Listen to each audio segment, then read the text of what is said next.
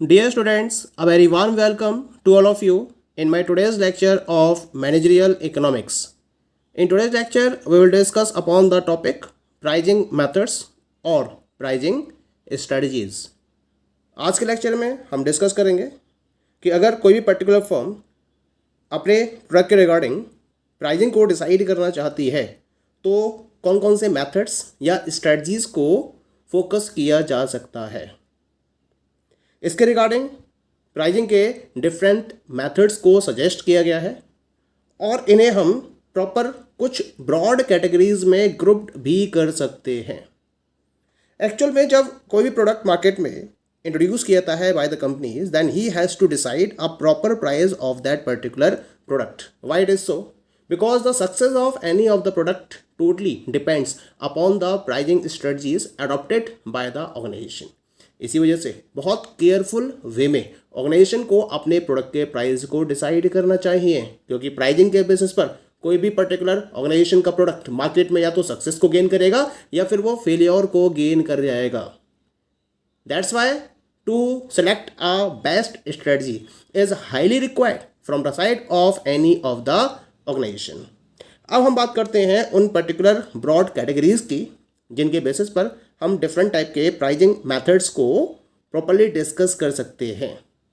इन pricing methods को categorise किया गया है under 7 categories. These are the 7 broad categories on the basis of which the pricing strategies must be discussed.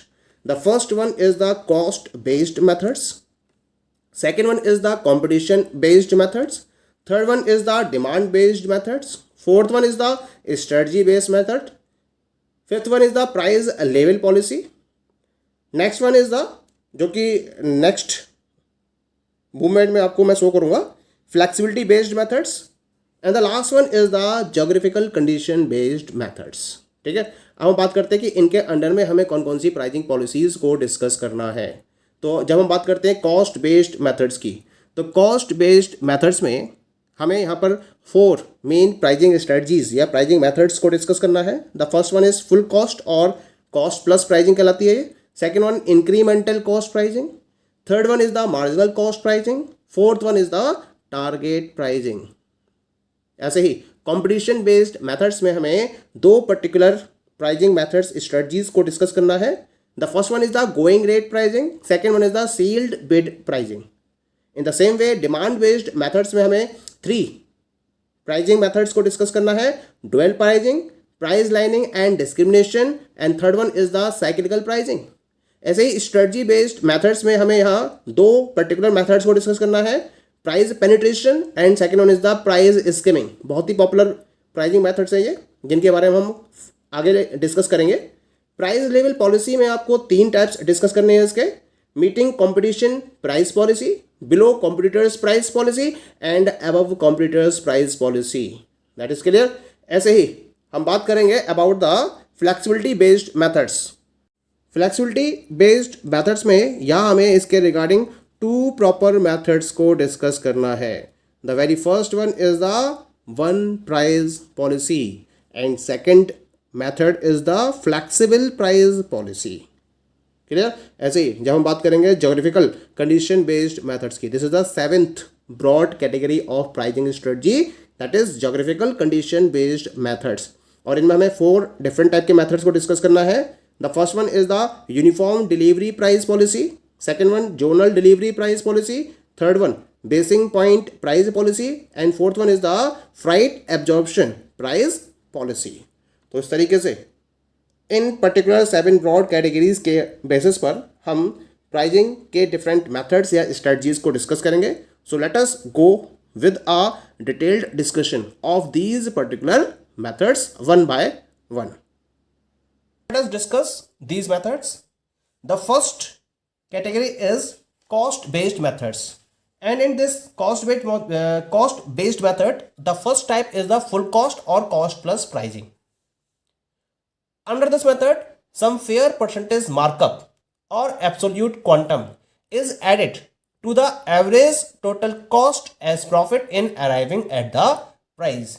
यानी कि इस पर्टिकुलर मेथड में जब किसी पर्टिकुलर प्रोडक्ट के प्राइस को डिसाइड किया जाता है तो उस पर्टिकुलर प्रोडक्ट की एवरेज टोटल कॉस्ट को सबसे पहले डिटरमाइन किया जाता है और इस एवरेज टोटल कॉस्ट में एक पर्टिकुलर परसेंटेज के बेसिस पर मार्कअप को या फिर एब्सोल्यूट क्वांटम को उसके अंदर ऐड कर दिया जाता है और उसके बेसिस पर प्रोडक्ट के प्राइस को डिसाइड कर लिया जाता है। ये जो मार्कअप होता है, this particular markup has some bearing on the target profit that the firm desires to achieve. यानी कि जब फर्म अपने ऑपरेशंस को कंटिन्यू करती है तो एक पर्टिकुलर टारगेट प्रॉफिट को अचीव करने के पॉइंट ऑफ व्यू से ऑपरेशंस को फॉलो किया जाता है। तो जितना भी टारगेट प्रॉफिट ये अचीव करना चाहती है उसको वो एक पर्टिकुलर मार्कअप के फॉर्म में एवरेज कॉस्ट में ऐड कर देती है और इस तरीके से प्राइस को डिसाइड कर लेती है। ये बहुत कॉमनली यूज्ड मेथड है जिसके बेसिस पर हम पब्लिक यूटिलिटीज हैं या मैन्युफैक्चरिंग है या रिटेल ट्रेडर्स हैं, इनके द्वारा प्राइजेस को डिसाइड करने के बारे में जानते हैं। यानी कि मार्केट में जो पब्लिक यूटिलिटीज के प्राइजेस हैं या डिफरेंट मैन्युफैक्चरर्स हैं या जो रिटेल ट्रेडर्स हैं वो अपने प्राइस को फिक्स करने के लिए क्या करते हैं, इस टाइप के मेथड को अडॉप्ट करते हैं। फुल कॉस्ट क्यों कहा जाता है इसको? क्योंकि इसके अंदर कंप्लीट कॉस्ट को डिटरमाइन कर लिया जाता है। यानी कि जो भी उसकी फिक्स कॉस्ट होती है और जो भी उसकी वेरिएबल कॉस्ट होती है, कंप्लीट फिक्स कॉस्ट और कंप्लीट वेरिएबल कॉस्ट को ऐड करते हुए प्रोडक्ट की टोटल कॉस्ट डिटरमाइन की जाती है और फिर इस टोटल कॉस्ट को आउटपुट से डिवाइड करके एवरेज कॉस्ट को डिटरमाइन किया जाता है। उसके बाद एवरेज कॉस्ट में एक परसेंटेज मार्कअप या एब्सोल्यूट क्वांटम को ऐड करके प्रोडक्ट के प्राइस को डिसाइड कर लिया जाता है। इसी वजह से इस मेथड को हम फुल कॉस्ट या कॉस्ट प्लस प्राइसिंग का नाम देते हैं। Point is clear? Now the second one is the incremental cost pricing. क्या होता है इस प्राइसिंग में? Under this method average variable cost is used as a basis for price fixation instead of average total cost. ऊपर बात कर रहे थे हम, ऊपर हमने एवरेज टोटल कॉस्ट को इंक्लूड किया था और एवरेज टोटल कॉस्ट में एवरेज फिक्स कॉस्ट और एवरेज वेरिएबल कॉस्ट दोनों को इंक्लूड किया जाता है। लेकिन जब हम इंक्रीमेंटल कॉस्ट प्राइसिंग की बात करते हैं तो यहां प्रोडक्ट के प्राइस को डिसाइड करने के लिए एवरेज वेरिएबल कॉस्ट को बेस के तौर पर लिया जाता है, ठीक है, ना कि एवरेज टोटल कॉस्ट को। एवरेज वेरिएबल कॉस्ट में हम डायरेक्ट मटेरियल कॉस्ट है, डायरेक्ट लेबर कॉस्ट है, जो भी डायरेक्ट एक्सपेंसेस हैं या फिर वेरिएबल प्रोडक्शन ओवरहेड्स हैं, variable selling and distribution expenses हैं, इनको इंक्लूड करते हैं और इसके बेसिस पर हम एवरेज वेरिएबल कॉस्ट को डिटरमाइन कर लेते हैं। अब वही तरीका पुराना, एवरेज वेरिएबल कॉस्ट को डिटरमाइन करने के बाद हम क्या करते हैं, इसके अंदर एक फेयर परसेंटेज मार्कअप या एब्सोल्यूट क्वांटम को ऐड कर देते हैं और उसके बेसिस पर हम प्रोडक्ट के प्राइस को डिसाइड कर लेते हैं। पॉइंट क्लियर हो गया?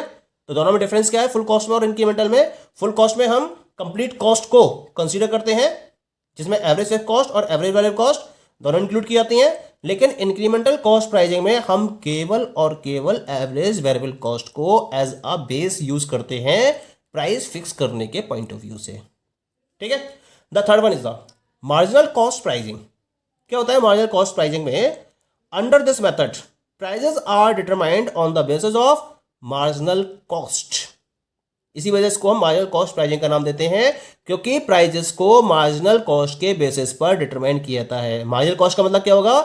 Cost directly attributable to the output of a specific product, यानी किसी पर्टिकुलर स्पेसिफिक प्रोडक्ट के आउटपुट के रिगार्डिंग जो कॉस्ट का डायरेक्ट कंट्रीब्यूशन होता है, उस डायरेक्ट कंट्रीब्यूशन के बेसिस पर हम प्रोडक्ट के प्राइस को डिसाइड करते हैं और उस मार्जिनल कॉस्ट में एक मार्कअप, परसेंटेज मार्कअप या एक एब्सोल्यूट क्वांटम को ऐड करके प्रोडक्ट के प्राइस को डिसाइड कर लिया जाता है। तो हम इस मेथड को मार्जिनल कॉस्ट प्राइसिंग मेथड के नाम से जानते हैं। Okay, now come to the next one. The next method is the target pricing. Target pricing क्या मतलब होता है इस टारगेट प्राइसिंग का? It is a refined variant of cost plus pricing. ये एक तरीके से जो कॉस्ट प्लस प्राइसिंग है उसका एक रिफाइंड वेरिएशन है। यानी कि उसमें मॉडिफिकेशंस किए गए, उसकी जो कमियां थी उनको दूर किया गया और उसके बेसिस पर टारगेट प्राइसिंग मेथड को फॉलो किया गया है। The target pricing considers the derived reasonable rate of return on initial investment bet by the firm in setting the markup. यानी कि यहाँ पर जो प्रॉपर प्राइसिंग है उसके लिए टोटल कॉस्ट को एज अ बेस कंसीडर किया जाता है, लेकिन इसके साथ साथ जो पर्टिकुलर मार्कअप है उसको डिसाइड करने के लिए एक रीजनेबल रेट ऑफ रिटर्न को फॉलो किया जाता है on the initial investment made by the firm. यानी कि जो फर्म इनिशियल बेसिस पर इन्वेस्टमेंट करती है उसके रिगार्डिंग एक रीजनेबल रेट ऑफ रिटर्न को ड्राइव किया जाता है और इस रीजनेबल रेट ऑफ रिटर्न को एज अ मार्कअप यूज किया जाता है प्रोडक्ट के प्राइस को डिसाइड करने के लिए। यानी कि फर्म अपने एवरेज कॉस्ट में इस पर्टिकुलर रेट ऑफ रिटर्न को एज अ मार्कअप ऐड करती है और उसके बेसिस पर प्रोडक्ट के प्राइस को डिसाइड करती है। ओके, तो ये तो हो गए methods according to the cost based. अब हम बात करते हैं according to the competition based.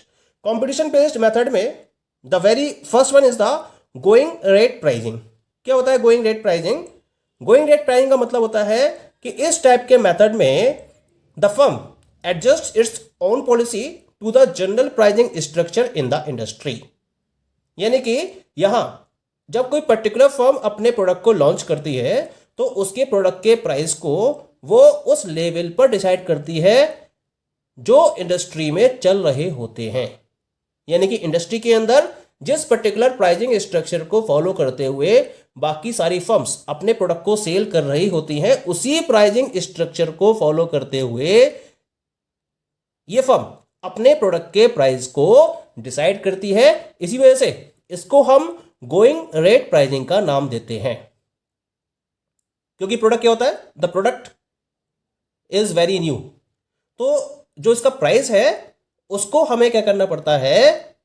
Industry के जनरल प्राइसिंग स्ट्रक्चर को ध्यान में रखते हुए डिसाइड करना पड़ता है। इससे क्या होता है? जो मार्केट का रिस्क है उस रिस्क को हम अवॉइड कर देते हैं, क्योंकि अगर उस जनरल स्ट्रक्चर के कंपटीशन में आप अपने प्रोडक्ट के प्राइस को डिसाइड करोगे तो कहीं ना कहीं आपको कंपटीशन फेस करना पड़ सकता है, और क्योंकि आपका प्रोडक्ट नया है तो उसके फेल होने के चांसेस बने रहते हैं। तो जब कोई नया प्रोडक्ट मार्केट में लॉन्च किया जाता है तो जनरली जो फर्म है वो क्या करती है? वो जनरल प्राइसिंग स्ट्रक्चर को फॉलो करते हुए अपने प्रोडक्ट के प्राइस को डिसाइड करती हैं। तो हम इस पॉलिसी को गोइंग रेट प्राइसिंग पॉलिसी का नाम देते हैं। क्लियर? बाकी के जो इसमें मेथड्स बचे हैं, जो भी पॉलिसीज अभी रह गई हैं डिस्कस करने से, इसको हम नेक्स्ट लेक्चर में डिस्कस करेंगे। Okay, thank you.